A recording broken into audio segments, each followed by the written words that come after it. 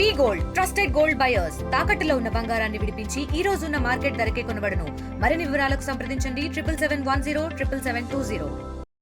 Vice president గారు నాకు phone చేసి పిలిచి చెప్పేసి ఈ జనరల్ బాడీగా మిమ్మల్ని అపాయింట్ చేసినాము, దాన్ని మేము అపాయింట్మెంట్ లెటర్ ఇస్తున్నాము, ఆఫీస్కు రమ్మని చెప్పేసి అన్నారు. నేను 2 గంటలకు వచ్చాను. ఇక్కడ 19th రోజు వచ్చి నేను అపాయింట్మెంట్ ఆర్డర్ తీసుకొని నేను నోటిఫికేషన్ ప్రిపేర్ చేసి 4కి ఎలక్షన్ పెట్టమని చెప్పిండు. 4 పోస్ట్ మాత్రమే రిటైర్ అవుతున్నారు కాబట్టి 4కి పెట్టాలా. అదేంటంటే ఎక్స్పైరీ అవుతుంది, ఎక్స్పైరీ లోపల పెట్టాలంటేనే ఇంత లాంగ్ టైం ఇచ్చేసి నేను ఎలక్షన్ పెట్టాను. అది కూడా ఇప్పుడు నామినేషన్స్ 13th అని పెట్టినాను, withdrawal 13th November, withdrawal 14th November, 23 elections అని చెప్పేసి నేను నోటిఫికేషన్ తయారు చేసి ఇచ్చిన. అదేం తెలియదు నాకేం తెలియదు. నన్ను వచ్చిన ఆఫీస్లో కూర్చున్నా, నాకు అపాయింట్మెంట్ లెటర్ ఇచ్చిండు. అపాయింట్మెంట్ లెటర్లో రిసీవ్డ్ అని తీసుకున్నాక తర్వాత తయారు చేసి నేను పంపించిన. ఈ కంక్లూజన్ లో ఫైనల్ కంక్లూజన్ ఏం చేస్తారు సార్? ఇప్పుడు జీపీఎం ఎప్పుడు అవ్వలేదు, మీరు వెళ్ళిపోతున్నారు, ఉంటున్నారు ఇక్కడ. జీపీఎంతో నాకు సంబంధం లేదు. నేను చెప్తున్నాను, ఇప్పుడు నేను ఎక్కడ పోయినా కానీ జీపీఎం ప్రొసీజర్ ప్రకారం ఫాలో అయినా కాదు. ఎవరైతే అథారిటీ ఉంటుందో వాళ్ళు అపాయింట్మెంట్ లెటర్ ఇస్తేనే నేను కండక్ట్ చేస్తా ఎలక్షన్స్. ఇప్పుడు మేనేజ్మెంట్ కమిటీ కాదు, దాంట్లోకి వెళ్ళి ప్రెసిడెంట్ ఇస్తాడు, ప్రెసిడెంట్ ఆర్ సెక్రటరీ చెప్పండి, ఆర్ ప్రెసిడెంట్ చెప్తుంది. రిజల్యూషన్ కానీ మీటింగ్ కానీ ఏం చూడరు, అపాయింట్మెంట్ ఇస్తే వస్తాం. అవన్నీ బుక్స్ వెరిఫై చేసే అథారిటీ, బుక్స్ వెరిఫై చేసే అథారిటీ ఎలక్షన్ ఆఫీసర్ లేదు. ఎలక్షన్ ఆఫీసర్ కు మీరు కరెక్ట్ ప్రొసీజర్ ఫాలో అయి అతను నాకు ఎలక్షన్ ఆఫీసర్ కు అపాయింట్మెంట్. మీరు ఏం చేస్తారు సార్? ఇప్పుడు మీ నిర్ణయం ఏంటి? ఇప్పుడు మీ నిర్ణయం ఏమిటి? మీరు చెప్పాల్సింది, మీరు ఎలక్షన్ పెట్టారు కాస్త వాస్తవం. పెట్టిన తర్వాత పెట్టడానికి గల కారణాలు ఏమిటి? ఇప్పుడు క్యాన్సిల్ కావడానికి కారణాలు ఏమిటి? అసలు ఎందుకు క్యాన్సిల్ చేస్తున్నారు, అసలు ఎందుకు పెట్టారు, దాని మీద చెప్పండి గట్టిగా. ఇప్పుడు ఎలక్షన్ ఆఫీసర్ అపాయింట్మెంట్ చేసి దాని ఆర్డర్ తీసుకొని ఎలక్షన్ నోటిఫికేషన్ పంపించాను. అది దాంట్లో ఎలక్షన్లో nominations 13th November 10:30 to 1 PM, next withdrawals 14th November, తర్వాత ఎలక్షన్స్ 23 అని చెప్పేసి నేను నోటిఫికేషన్ తయారు చేసి ఇచ్చాను. అదే ఎలక్షన్ ఆఫీసర్ అపాయింట్మెంట్ చేసింది కాబట్టి నేను ఇచ్చాను. ఏది అది ఇప్పుడు డీసీఓ గారు లెటర్ చూపించారు. ఇప్పుడు 6th నాడు డీసీఓ గారు లెటర్ ఇచ్చారు జనరల్ బాడీ మీటింగ్ పెట్టుకోమని. కాబట్టి జనరల్ బాడీలో డిసిషన్ తీసుకోమని చెప్పేసి చెప్తున్నాను. అది అడాక్ కమిటీ అపాయింట్ చేసి ఎవరన్నా ఇప్పుడు ఇది చాలా పెద్ద సొసైటీ కాబట్టి ఇది బ్యాంక్ ఇచ్చి అకౌంట్స్ ఆపుడు చేసుడు అది కాదు. అందుకొరకు ఎవరినన్నా జనరల్ బాడీ నిర్ణయించాలా, ఎవరిని అపాయింట్ చేస్తున్నాం అడాక్ కమిటీ. ఎవరిని ఇచ్చేసినాక లేకపోతే డీసీఓనే వచ్చి కండక్ట్ చేస్తాడు ఎలక్షన్స్ కాదు, అది జనరల్ బాడీ. మొత్తం ఏది ఎవరు ముందుకు రాకపోతే, జనరల్ బాడీ పెట్టకపోతే డీసీఓ వచ్చి జనరల్ బాడీ పెడతాడు. ఎవరిని పంపించి జనరల్ బాడీ అరేంజ్ చేసి నోటీస్ ఇచ్చేసి ఆ డీసీఓ ఆధ్వర్యంలోనే జరుగుతాయి. డీసీఓ అంటే డీసీఓ రాడు, ఎవరైనా కన్సర్న్ పర్సన్ పంపిస్తారు. ఇప్పుడు ఎట్లయితే ఎంక్వైరీ ఆఫీసర్ పంపించిండో అట్లనే ఎలక్షన్స్ పంపడు. ఓన్లీ జనరల్ బాడీ కండక్ట్ చేయడానికి మాత్రమే డీసీఓ పంపుతాడు. ఆ జనరల్ బాడీలో అడాక్ కమిటీని అపాయింట్ చేయాలా. అపాయింట్ చేసినాక వాళ్ళు ఎలక్షన్ చేసే పవర్స్ వాళ్ళకి ఇవ్వాలి. వీళ్ళకు అడాక్ కమిటీ అపాయింట్ది మళ్ళీ జనరల్ బాడీ జనరల్ బాడీ అన్నది సంవత్సరానికి ఒక్కసారి పెట్టాలా. యాజ్ పర్ యాక్ట్ ప్రకారము 1964 యాక్ట్ లో 2 సార్లు పెట్టాలా. ఈ 1995 యాక్ట్ ప్రకారం ఒకటేసారి పెట్టాలా. కాబట్టి ప్రతిదీ జనరల్ బాడీ కాదు, జనరల్ బాడీలో తర్వాత ఇచ్చేస్తారు. అందుకొరకు దీంట్లో ఎలక్షన్ ఆఫీసర్ అపాయింట్ చేయాలని జనరల్ బాడీ అప్లై చేయాలని ఉన్నది కాబట్టి జనరల్ బాడీ తప్పనిసరిగా పెట్టి అపాయింట్ చేయాలి. అది బయలాలో ఉన్నది కాబట్టి లేదంటే ఇవి సంవత్సరంకి ఒకసారి తర్వాత రెటిఫై అయ్యేందుకు ఉంటుంది. కానీ ఇది క్లియర్గా ఉన్నది కాబట్టి మీరు డిసిషన్ జనరల్ బాడీలో తీసుకొని ఇప్పుడు అడక్ కమిటీ అపాయింట్ చేసి వాళ్ళకే ఎలక్షన్ ఆఫీసర్ను అపాయింట్ చేసే అధికారం ఇవ్వాలి. దాంట్లో జనరల్ బాడీని కమిటీని అపాయింట్ చేసి వాళ్ళకే పవర్స్ ఇవ్వాలి. ఎలక్షన్ ఆఫీసర్ను అపాయింట్ చేసేది తర్వాత ఎలక్షన్ డేట్ పెట్టేది కూడా అందరినీ డిసైడ్ చేసి దానికి కూడా మొదలే పెట్టేసినా కానీ దాంట్లో డేట్స్ కూడా డిసైడ్ చేసి జనరల్ బాడీ డిసైడ్ చేసి అడక్ కమిటీ చేసి ఇన్ని రోజుల లోపల పెట్టమని చెప్పేసి వాళ్ళకి డైరెక్షన్స్ ఇవ్వాలి. అది ఓన్లీ మెంబర్స్కే, బోర్డ్ ఆఫ్ డైరెక్టర్స్ కాదు. ఎవరైనా యాక్టివ్ మెంబర్స్కు అడక్ కమిటీ ఇచ్చి వాళ్ళు కాంటాక్ట్ చేయడానికి వీలు లేదు. ఎవరైతే అడక్ కమిటీని అపాయింట్ చేస్తారో వాళ్ళు మళ్ళీ పోటీ చేయడానికి నిల్చుండడానికి అర్హత ఉండదు. ఎందుకంటే మళ్ళీ వాళ్ళని ఎలక్షన్ నిల్చుంటే వాళ్ళే అడక్ కమిటీ ఉండి వాళ్ళే ఇన్వాల్వ్ అయ్యి ఉంటాయి, అట్లుండొద్దు అన్నట్టు. అది ప్రొసీజర్. ఇక్కడ hill county villa association max సొసైటీకి నేను one of the board directors. Last year నవంబర్లో యునానిమస్ గా 12 మంది ఎన్నుకున్నారు. వీళ్ళు ఎలక్షన్స్ జరగకుండా అందరినీ నిలబెట్టారు. మేము అలా వచ్చాము. ఫస్ట్ 6 నెలలు పెద్ద గొడవలు ఏమి లేవు, కానీ 6 నెలల తర్వాత ఒకటి లీగల్ కేసులు రావడం మొదలైంది. ఫస్ట్ ఒక కేసు ఎస్ఎఫ్టీ కేసు అని వేశారు. ఒక మెంబర్, మా సొసైటీ మెంబరే వేశారు. అదే ఎస్ఎఫ్టీ కేసులో మెయింటెనెన్స్ ఇన్వాయిస్లు అని వాడారు. ఏ మెయింటెనెన్స్ ఇన్వాయిస్లు? Villa number 9 and villa number 11. వీళ్ళు మా సొసైటీకి ఉన్న ప్రెసిడెంట్, ఎక్స్ ప్రెసిడెంట్, వాళ్ళ ఇన్వాయిసెస్ ఆధారంగా ఒక మెంబర్, అడ్వకేట్, మా సొసైటీ మెంబర్ కోర్టులో కేసు వేశారు అగేన్స్ట్ ది అసోసియేషన్ తప్పుగా మెయింటెనెన్స్ ఛార్జెస్ కలెక్ట్ చేసుకుంటుంది అని. సో మేము అది అడిగాము, మీరు ఎలా ఇస్తారు మీ విల్లా ఇన్వాయిసెస్? మీరు సొసైటీకి president, ex president, vice president అయ్యి ఉండి మీ విల్లా ఇన్వాయిసెస్ ఒక అడ్వకేట్ కి ఎలా వెళ్ళాయి, ఆయన ఎలా వాడారు మీ అనుమతి లేకుండా? దానికి సమాధానం లేదు. ఏదైనా అడిగితే మాకు లేదంటారు, కానీ లిఖితపూర్వకంగా ఇవ్వమని చెప్పాము, మీరు ఇవ్వలేదు అని. అది ఇవ్వలేదు. పోలీస్ స్టేషన్ లో కంప్లైంట్ వేస్తా అన్నా కూడా వాళ్ళు సహకరించలేదు, మేము చెయ్యము అని చెప్పారు. దాన్ని బట్టి మాకు అర్థమైందంటే వీళ్ళే వాళ్ళ ఇన్వాయిస్లు ఇచ్చారు. ఎక్కడైనా ఒక ప్రెసిడెంట్ ఆ ఇన్వాయిస్ ఇచ్చి సొసైటీ మీద కేసు వేపిస్తారా? అసలు వినుండం మనం ఎక్కడ కూడా. అది కాకుండా ఒక రోడ్డు ఇవ్వమని అడిగారు. మన కాని రోడ్డు మనకి ఎవరిస్తారు? ఆ రోడ్డు ఇవ్వనందుకు ఇప్పుడు మాకు వెనక సైడ్ నార్త్ సైడ్ అని ఒక మెయిన్ రోడ్డు ఉంటుంది, మేము బాచుపల్లికి వెళ్లే రోడ్, అది మూసేశారు. అది మూసినందుకు ఇప్పుడు పిల్లలు కానీ వెనక వైపు పనిచేసే ఆఫీస్ వాళ్ళు కానీ రోజు 1 గంట ఎక్స్ట్రా తిరగాల్సి వస్తుంది. అందరూ బతిలాడారు ఆ అడ్వకేట్ ని, మీరు వెనక్కి తీసుకోండి అని. అయినా తీసుకోలేదు. మా అసోసియేషన్ నుంచి ఒక అఫీషియల్ రిక్వెస్ట్ కూడా వెళ్ళలేదు, ఆయన నుంచి వాపస్ తీసుకోమని. అది వెళ్ళలేదు. అది కాకుండా కొన్ని విల్లాస్ వెనకాల ఒక కాంపౌండ్ వాల్ అనేది కామన్ ఏరియాస్ లో ఉంటది, అక్కడ సెక్యూరిటీ ప్రాబ్లం ఉందని చెప్పి మన వైస్ ప్రెసిడెంట్ గారు శివకుమార్ గారు ఒక సర్కులర్ తీసుకొచ్చారు. దాని మీద మేము కాంపౌండ్ వాల్ కట్టుకుంటాము, మాకు సెక్యూరిటీ ఇష్యూ ఉందని. మేమంతా ఏమన్నామంటే, మీకు సెక్యూరిటీ ఇష్యూ అంటే మీ బౌండరీ వాళ్ళని హైట్ పెంచుకోండి, 4 ఫీట్లు కాకపోతే 10 ఫీట్లు పెంచుకోండి, 11 ఫీట్లు పెంచుకోండి. కామన్ ఏరియా దాటి ఇంకో గోడ ఎవరు పడితే వాళ్ళు రెసిడెంట్ కట్టడం మొదలు పెడితే రేపు కమ్యూనిటీలో అందరూ కామన్ ఏరియా ఎంక్రోచ్మెంట్ మొదలు పెడతారు. అది ఆగదు. ఇంకా ఒకసారి మొదలు పెడితే ఎక్కడ ఆగుద్దో మనకు తెలీదు. ఇవన్నీ మొదలయ్యి మా ఘర్షణలు మొదలయ్యి ఇంతలో 2 ప్రెసిడెంట్, సెక్రటరీ రిజైన్ చేశారు. అది వాళ్ళ ఇంటర్నల్ అండర్స్టాండింగ్, అది కరెక్టో రాంగో మనకు తెలియదు. తర్వాత ఎలక్షన్లు పెట్టుకోవాలి. ఎలక్షన్లు పెట్టుకున్నప్పుడు మేము ఒక ఎలక్షన్ ఆఫీసర్ ని అపాయింట్ చేసుకుని డేట్ ఇచ్చాము. ఆ 4 రోజుల్లో మళ్ళీ అడ్వకేట్ గారు ఒక ఎలక్షన్ ఆఫీసర్ కి నోటీస్ ఇచ్చారు. ఎలక్షన్ ఆఫీసర్ ని ఓన్లీ జనరల్ బాడీ అపాయింట్ చేయాలి, మీరు అపాయింట్ చేసుకోవడానికి లేదు. సో అది క్యాన్సిల్ అయింది, ఆ ఎలక్షన్లు అవ్వలేదు.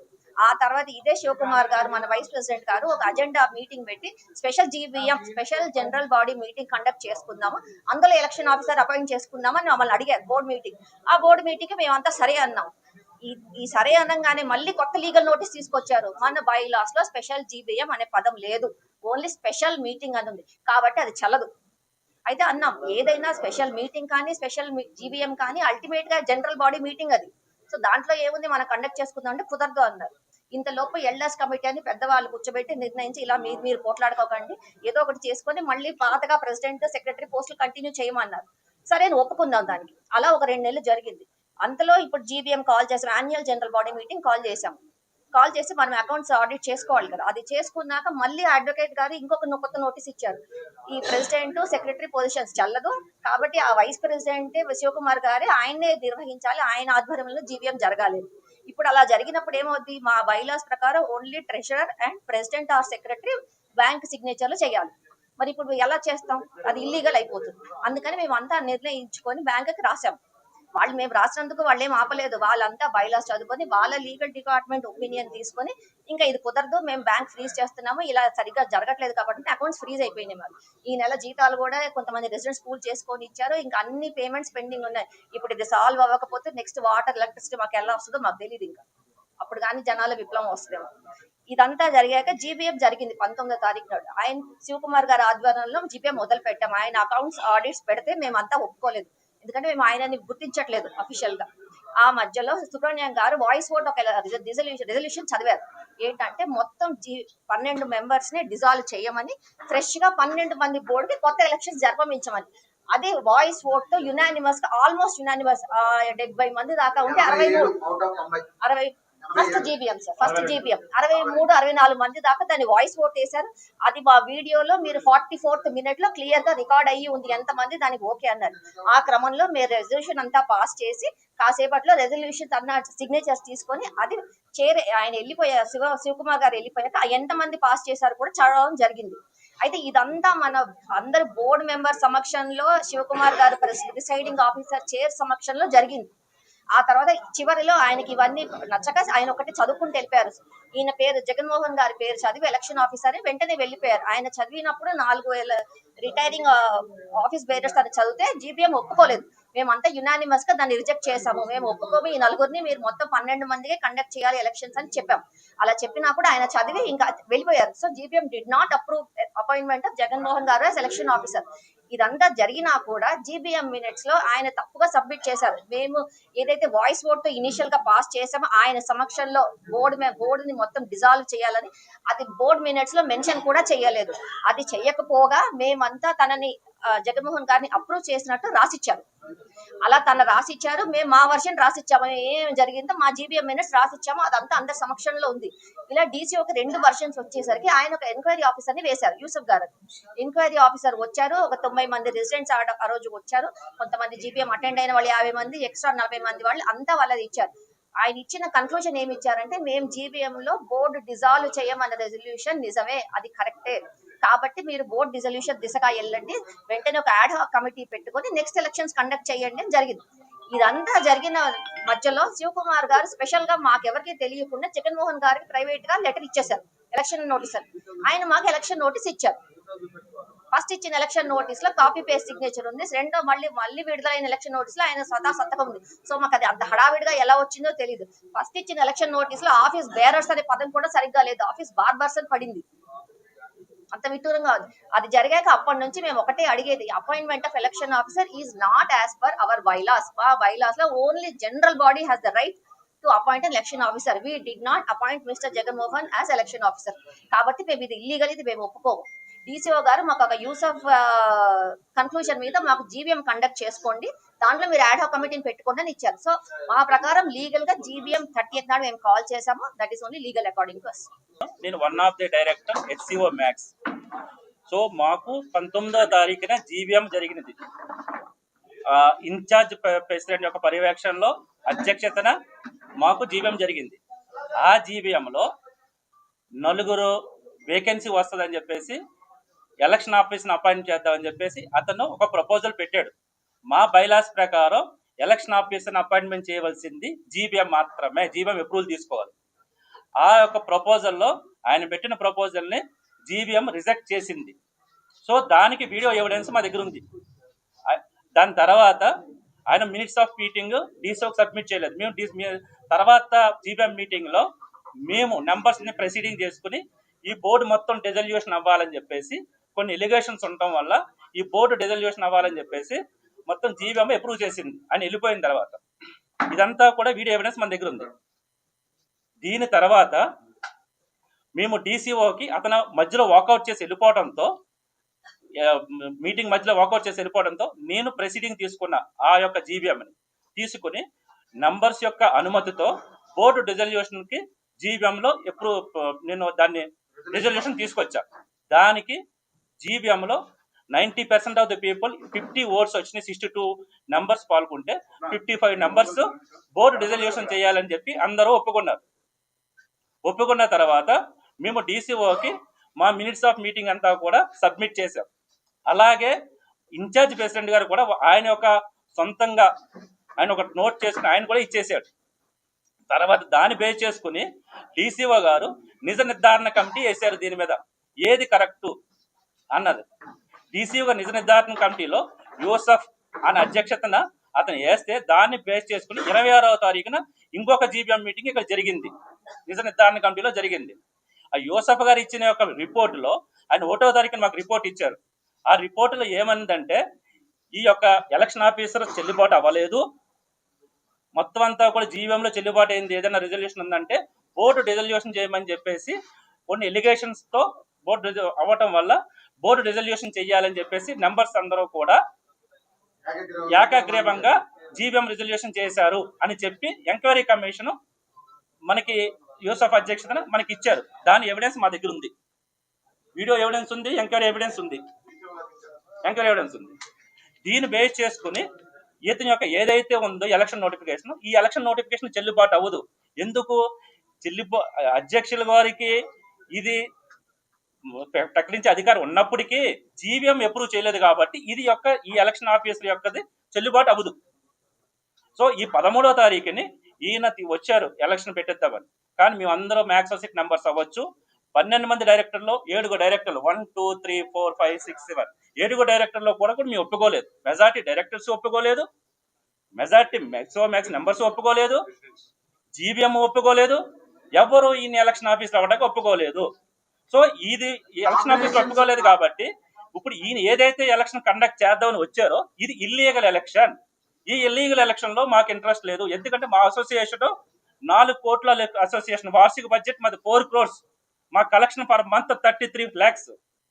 సో 4 crores అసోసియేషన్, మా అసోసియేషన్ ఒక ఇల్లీగల్ గా వచ్చి ఎలక్షన్ జరిపితే మా యొక్క ఫండ్స్ కానీ మా యొక్క మనీ కానీ ఎక్కడికి వెళ్తాదో మాకు ఇష్యూ ఉంది. సో దట్ దీన్ని బేస్ చేసుకుని మా బ్యాంకు కూడా ఫ్రీజ్ అయ్యింది. మా బ్యాంకు ఫ్రీజ్ అయ్యింది. బ్యాంకును ఫ్రీజ్ కూడా తీయాలంటే ఈ ఇల్లీగల్ ఎలక్షన్ ఏదైతే ఉందో ఇది ఆపి నిజమైన ఎలక్షన్ బోర్డు రిజల్యూషన్ ఎలక్షన్ జరిపి కొత్త టీం వచ్చి బ్యాంక్ ఓపెన్ చేసి మాకు వాటర్ కానీ మాకు కరెంట్ కానీ అన్ని కూడా సక్రమంగా రావాలి. మా జీతాలు కూడా ఇవ్వలేదు మేము.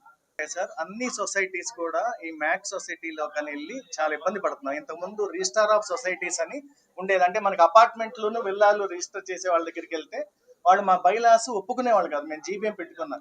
అందుకని ఒక అతను కేసు వేస్తే మేము తప్పనిసరి పరిస్థితుల్లో మ్యాక్స్ సొసైటీ అని, మ్యాక్ అంటే mutual aided cooperative society 1995 act, దాంట్లో మేము అందరం స్వతంత్రంగా ఉండొచ్చు అనే ఉద్దేశంతో వెళ్తే మధ్యలో చిన్న చిన్న లూప్ హోల్స్ వాడుకొని వాళ్ళు వీళ్ళు కన్ఫ్యూజ్ చేసే సిస్టమ్ని మమ్మల్ని ఏ పని చేయకుండా ఇక్కడ ఇబ్బంది పెట్టారు. డీసీఓ గారు, ఆ పైన కమిషనర్ గారు అందరికీ తెలుసు ఈ ప్రాబ్లం, కానీ ఎవరు సాల్వ్ చేయలేకపోతున్నారు. ఎందుకంటే ఎలక్షన్ నోటీస్ వచ్చేసింది, మేమేం చేయలేము. సార్ అది ఇల్లీగల్ గా సార్, రికార్డెడ్ గా ఉన్నాయి, యూట్యూబ్ లో ఉన్నాయి, ఎవ్రీవేర్ ఉన్నాయి అనేది మేము చెప్పినా వాళ్ళు ఏం చేయలేకపోతున్నారు.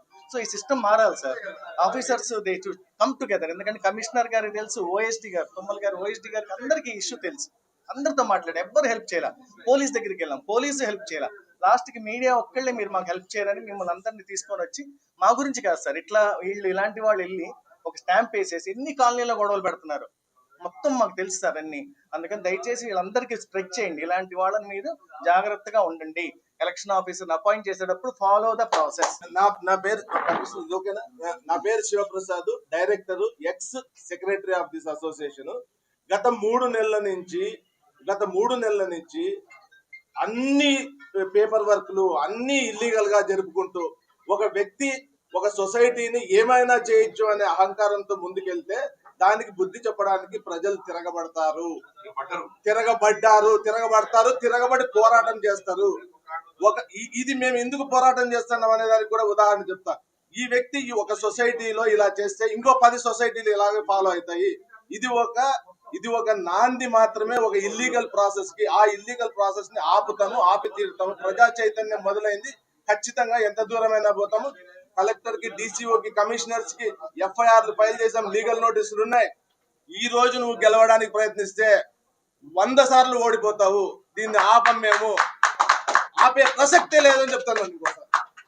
కమిటీలో కూడాను జాయింట్ సెక్రటరీగా పనిచేసిన ఇదే కమ్యూనిటీలో నేను ఇంకొక మ్యాక్స్ సొసైటీలో కూడా అడా కమిటీ చైర్మన్ గా పనిచేశాను, జర్నలిస్ట్ హౌసింగ్ సొసైటీలో. ఆ ఎక్స్పీరియన్స్ కూడా నాకు ఉంది. అన్ని రూల్స్ ఆల్మోస్ట్ నాకు తెలుసు. ఎలక్షన్ ఆఫీసర్ల యాటిట్యూడ్ నాకు తెలుసు. ప్రతి రూల్లో కూడాను జీబీఎం, బీఓడి అప్రూవ్ లేకుండా ఏ పని జరగదండి. బీఓడి, జీబీఎం అప్రూవ్ లేకుండా ఏ పని మేము చేయలేము. ఈ సొసైటీకి వచ్చేటప్పటికి మొదటి 6 నెలలు బ్రహ్మాండంగా నడిచింది. బీఓడి ప్రకారం నడిచింది, జీబీఎం ప్రకారం నడిచింది.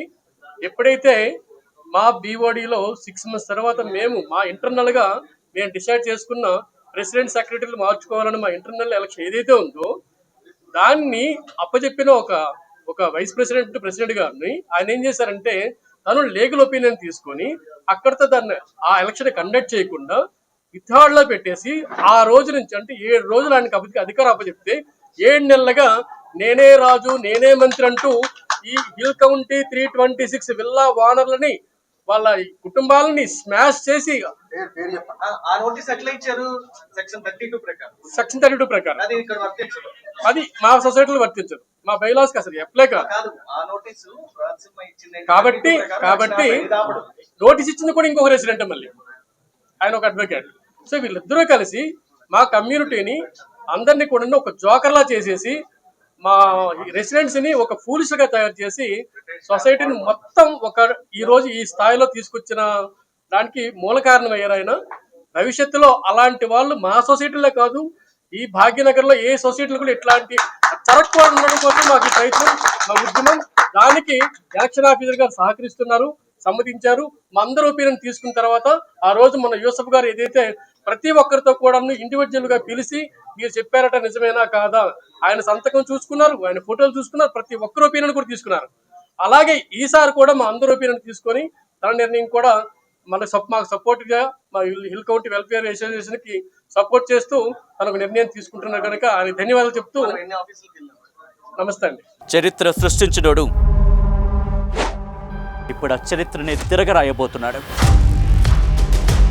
అబద్ధాల గోడల్ని బద్దలు కొట్టి నిజాలను రాగా మీ ముందుంచబోతున్నాడు. నిజమైన వార్తల కోసం వెంటనే డౌన్లోడ్ చేసుకోండి రా యాప్ని.